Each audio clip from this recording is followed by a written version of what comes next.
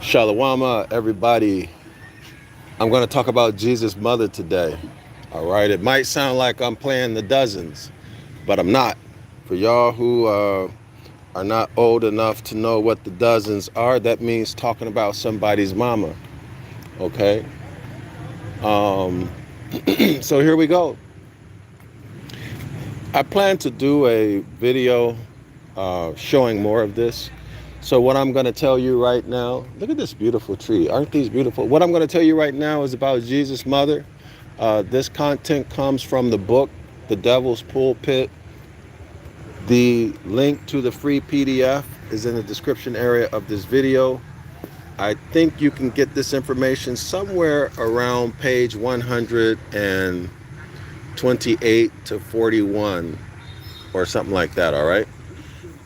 But the free PDF is there, so you can access it, all right? Free, get it, study that book. So Jesus' mom, his mother, here we go. Mary, his mother Mary. There's two remixes going on here. There's an astrological remix, which is the constellation Virgo. Mary, Isis, and Venus are the constellation Virgo, all right? The Virgin.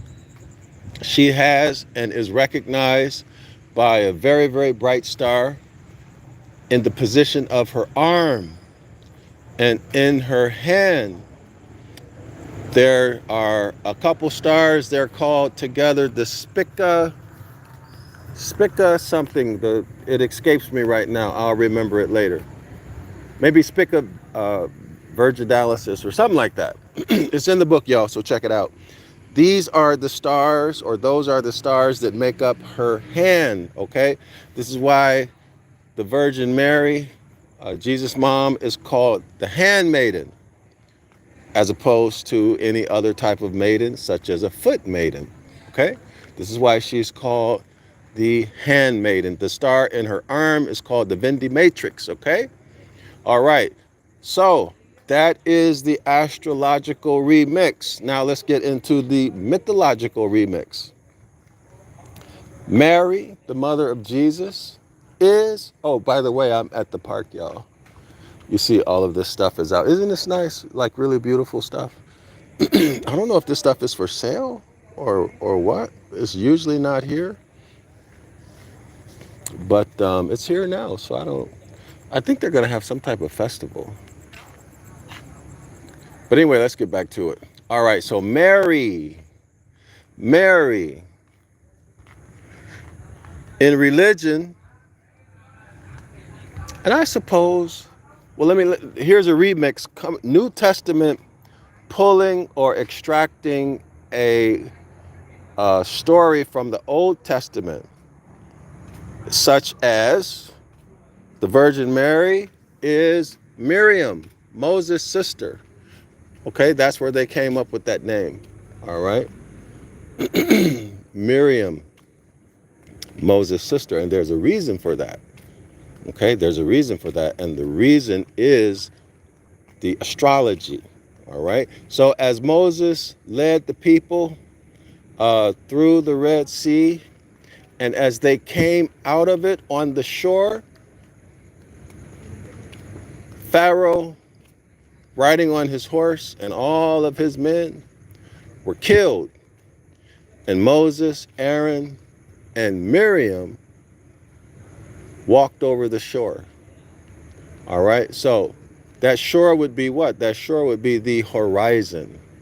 The shore would be the horizon, okay? So astrologically, what's happening is that when Virgo, the Spica, what is it called? The Spica Virginalis, whatever.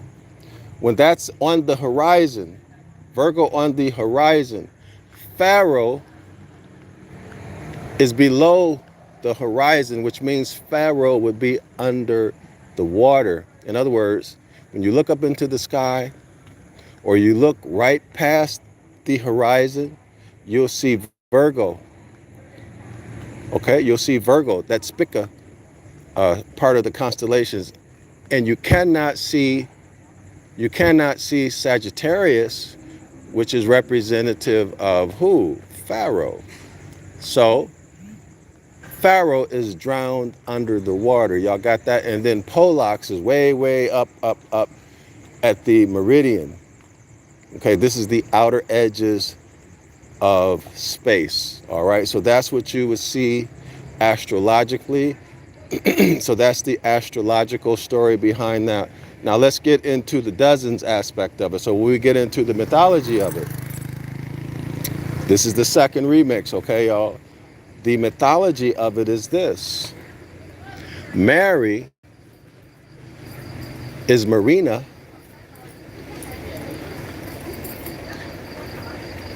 Venus, Marina Venus, okay? This is the mistress of the sea, or the lady of the sea, all right? The mistress of the sea. And I'm giving you guys just an overview, a really, really brief overview. I'm not giving you the details. You can get all the details that you want by reading the PDF, okay? All right, so Mary means the sea. Now, isn't that interesting that Mary means the sea? Isn't that interesting?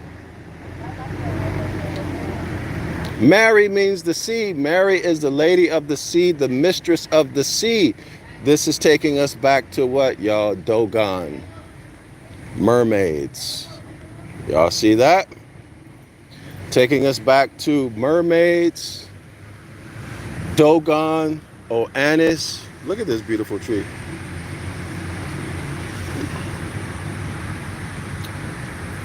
It's really beautiful. Yeah, so here we are. Jesus' mother is the sea mistress. What is a mistress? That's a whore, right? A whore. A mistress is a whore. Lady of the sea. Dogon. Female Oannes of the sea. Y'all take that and do with it whatever you will. I wanted to put it out there for you Christians and you Christian Hebrew Israelites, or Hebrew Israelite Christians, however you want to call yourself. Wow, look at this. Look at that. It's one of the things I like most about Vietnam is the appreciation of nature and how they really, really, really go all in with nature. See this beautiful art? Living art. Y'all see that? It's just gorgeous, right? But there's a whole lot more to the story, y'all. A whole lot more to the story. Okay? The details are there. Oh, let me get away from this construction. Let me hurry up and go the other way. All right, yeah. All right. So Marina. Remove the N and you get Maria. All right. So when you go back and read this stuff, you're going to find, I wonder what all there, it looks like they're moving, taking the stuff out. Let me get away from these cranes, y'all. So you'll see that it's sea and seas. So singular and plural. Singular and plural. Now, why is JC the Christ figure associated with water, with the sea so much? Oh, y'all check that out. Why is he associated with the sea? Is it coincidence, y'all? Is it really a coincidence? Oh no, okay, so they're taking them off of the truck. So they're bringing more stuff here. Why is there so many references to JC and fish and the sea. Even his mama is a goddess of the sea, or mistress of the sea, y'all. Do y'all think that's coincidence that his mother is a whore, a mistress of the sea? If y'all look at the etymology of Mary's name, you'll see it's just what I said. Mistress of the sea, lady of the sea, as in a whore. Worse yet, she is represented visually and has been represented visually by a whore. Capacity. Get the details in the Devil's Pulpit, somewhere around page 128 through 124. All right. And I forgot to mention also, guys, that, excuse me, in Isaiah chapter 7, it may be verse 14. I don't remember exactly. It's not clear to me. But there's a verse that talks about Emmanuel. All right. Y'all know that famous scripture? Okay. Talks about the virgin. Okay. Bringing forth a child, and he'll be called Emmanuel and all that stuff. Well, guess what? Guess what? It just so happens that the Ibaryath word that they rendered, these are your oppressors. They rendered it completely different than what it actually means. All right? Let me repeat that. It is a Jeremiah 8:8 occurrence. It does not mean virgin as in the Christian story where JC was born of a woman who never had sex, never been kissed, never been touched. All of that stuff, all of that doctrine, it has absolutely nothing to do with that. Rather, that word has to do with someone who has a good character, male or female. Let me repeat that. Anyone who has good character, male or female. All right? So it's a complete misrepresentation of that verse in the Christian doctrine and in the gospel story that Mary was a virgin, meaning she never had sex with anybody. All right? Complete lie. Don't believe me? Check it for yourself. Check it for yourself. All right? Check it for yourself. That word there simply means any person who has good character, male or female. Now, there's a word being used, blessed. We know blessed is an abstract word. All right? But the connotative meaning or the idea of blessed in that context is abundance, okay? It is abundance. Now remember, we're talking about Virgo, the virgin. And she has the spica virginalis in her hand or something like this. This is representative of corn. She's actually holding corn or wheat in her hand. It's representative of harvest time. Y'all got that? The fall, August, when the harvest is ready. Okay? So blessed really has to do with having a bountiful harvest. Whatever it is you're growing, pumpkins, tomatoes, wheat, corn, all the things that people farm and harvest in the fall, this is what that verse is talking about. All right? So I've given you the astrology of it, and I've given you the extraction, that the gospel writers took from the Old Testament concerning Miriam, right?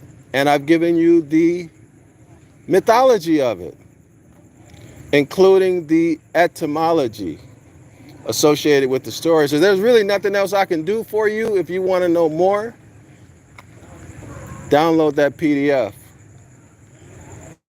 print it, study the book, The Devil's Pulpit, study it. Study it, study it, study it. All right? I'm Dr. Yasapa from Zion Law School. Anything that you might want from me, the links are in the description area of the video.